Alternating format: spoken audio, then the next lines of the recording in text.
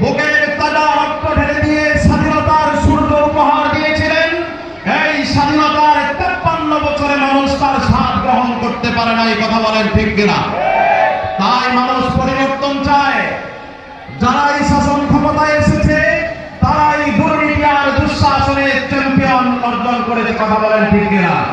এদেশের ইসলামপন্থী রাজনৈতিক দলগুলো কাছাকাছি আসা যখন সম্ভাবনা তৈরি হয়েছে তখনই আমরা দেখতে পাচ্ছি এদেশের ইসলামপন্থী রাজনৈতিক দলগুলোর বিরুদ্ধে চক্রান্ত ষড়যন্ত্র শুরু হয়েছে, কথা বলেন ঠিক কিনা?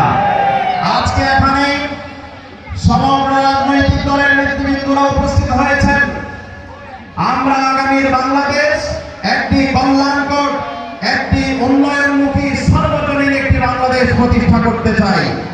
আমরা ইসলাম এবং মুসলমানদেরকে তাদের স্বকীয়তা, স্বাতন্ত্রিকতা বজায় রেখে আমরা এদেশে একটি কল্যাণকর পরিবেশ সৃষ্টি করতে চাই।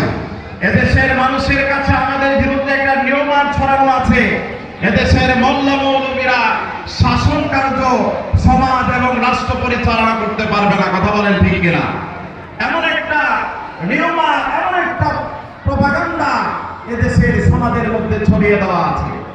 কিন্তু আমরা ধৈর্যহীন কণ্ঠে বলতে চাই, ইতিপূর্বে যারা দুর্নীতিতে চ্যাম্পিয়ন হয়েছে তারা কোন ইসলামিক দলের, কোন ইসলামী রাজনৈতিক দলের মন্ত্রী এমপি ছিলেন না, কথা বলেন ঠিক কিনা?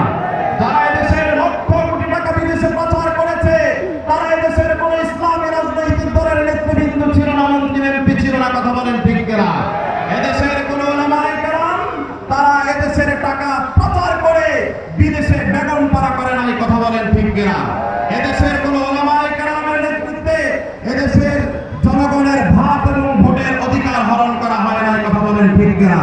তাই আমরা আপনাদেরকে নিশ্চয়তা দিতে পারি, এদেশের উলামায়ে কেরাম,